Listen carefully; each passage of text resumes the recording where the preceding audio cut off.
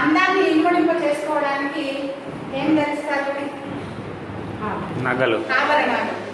అలాగే మనుషుల యొక్క అందాన్ని ఇనుమడింప చేయడానికి రకరకాల ఆభరణాలు ధరిస్తారు. పూర్వకాలంలో రాజులు కానీ రాణులు కానీ ధరించడం, ఇప్పుడు కానీ స్త్రీలు పురుషులు, ఇప్పుడు స్త్రీలు ధరిస్తున్నారు, వాళ్ళకి సమానంగా పురుషులు కూడా అన్ని రకరకాల ఆభరణాలు ధరించడం జరుగుతుంది.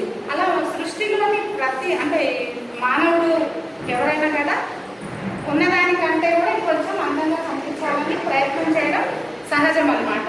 అలాగే మనుషులకైతే ఎలా అలంకారం అవసరమో భాషకు కూడా అలంకారాలు కావాలన్నమాట.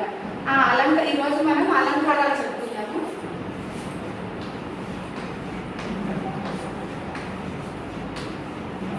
ఈ అలంకారాలు రెండు రకాలు అన్నమాట.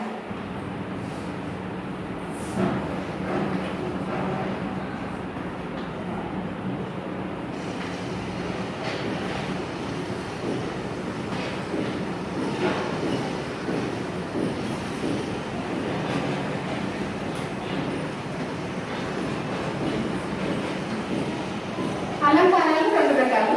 అవి అర్ధాలంకారం, శబ్దాలంకారం. ఈరోజు నేను అర్ధాలంకారంలోని ఉపమాలంకారం గురించి చెప్తున్నాను. అర్ధాలంకారంలో ముఖ్యమైనది ఉపమాలంకారం. ఉపమాలంకారం అర్థమైపోతే ఉత్ప్రేక్ష రూపకాలంకారం సులభంగా అర్థమవుతుంది అనమాట. ఈరోజు మనం చెప్పుకున్న అలంకారం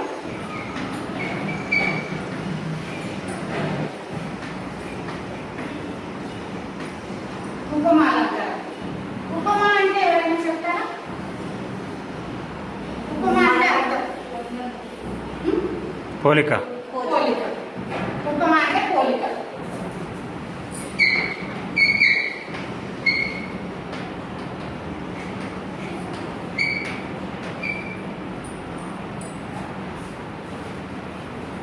ఈ ఉపమాలంకారంలో 4 అంశాలు ఉంటాయి అన్నమాట. ఉపమాలంకారంలో 4 అంశాలు. ఒకటి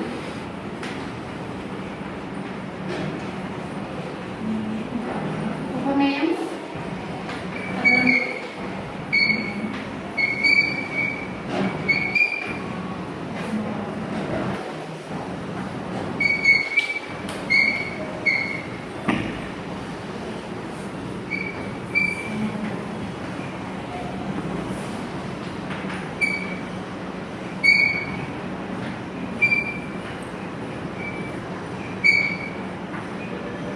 ఉపమాలంకారంలో 4 అంశాలు ఉంటాయి. ఒకటి ఉపమేయము, ఉపమానము, ఉపమావాచకము, సమాన ధర్మం.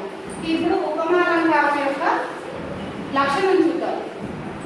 ఉపమాన ఉపమేయాలకు చక్కని సాదృశ్యాన్ని మనోహరంగా వర్ణిస్తే ఉపమాలంకారం. సాదృశ్యం అంటే పోలిక, వర్ణించి చెప్పే, మనోహరంగా వర్ణించి చెప్పాలన్నమాట. ఇప్పుడు దీంట్లో ఉన్నటువంటి ఒక్కొక్క అంశం గురించి చెప్పుకుందాం.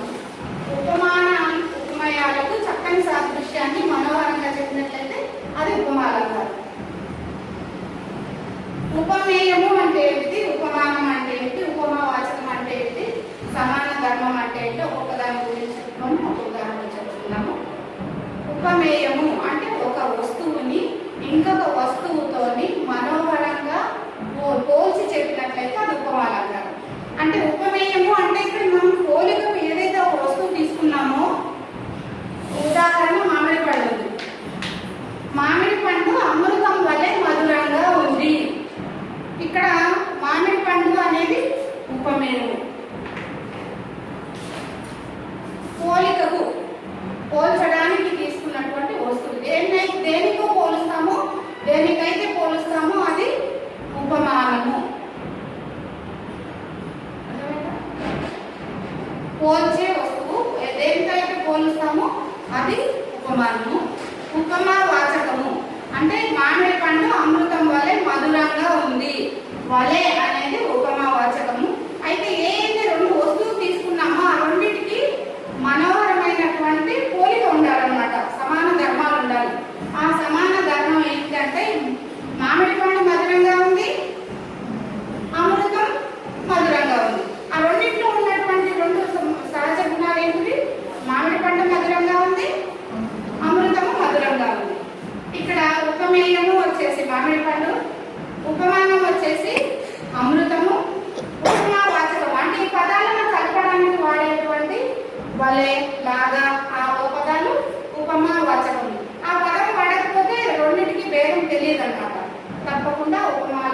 దాంట్లో వలె కానీ లాగా అలా కొన్ని పదాలు ఉంటాయి. సమాన ధర్మం రెండింటిలో కూడా సమానమైనటువంటి మనోహరమైనటువంటి పోలిక ఉంటుంది. అలాగే మనము ఇవి ముత్యాలు. మీరు చెప్పండి, ఇప్పుడు నేను అడుగుతాను. అక్షరాలు ముత్యాల వలె గుండ్రంగా ఉన్నాయి. ఇది ఉపమాలంకారం. అక్షరాలు అనేది ఉపమేయము, ముత్యాలు అనేది ఉపమానం. అక్షరాలను దేనితో పోలుస్తున్నాము? ముత్యాలతో పోలుస్తున్నాము. గుండ్రంగా ఉన్నాయి అనేసి. అక్షరాలు గుండ్రంగా ఉన్నాయి, ముత్యాలు గుండ్రంగా ఉన్నాయి. కాబట్టి ఇది ఉపమానం. దీనితో పోలుస్తున్నాం కాబట్టి ఏంటిది? ఉపమానం.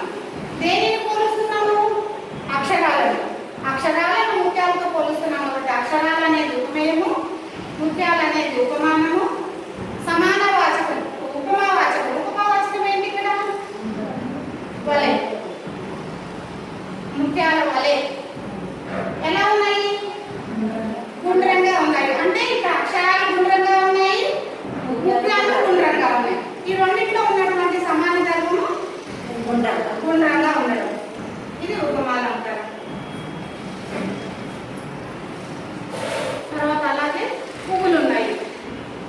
పువ్వులు పసుపు ముద్దల వలె పచ్చగా ఉన్నాయి. పువ్వులు అనేది ఉపమేయము, పసుపు ముద్ద అనేది ఉపమానము, వలె అనేది ఉపమావాచకము.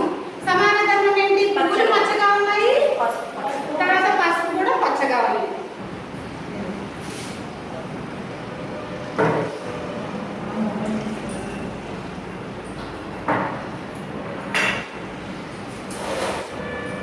ఇది స్వీట్ అన్నమాట, జున్ను.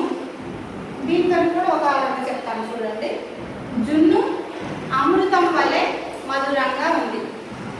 జున్ను అమృతం వలె మధురంగా ఉంది. ఇక్కడ జున్ను అనేది ఉపమేయము, ఉపమానం ఏంటిది? అమృతము.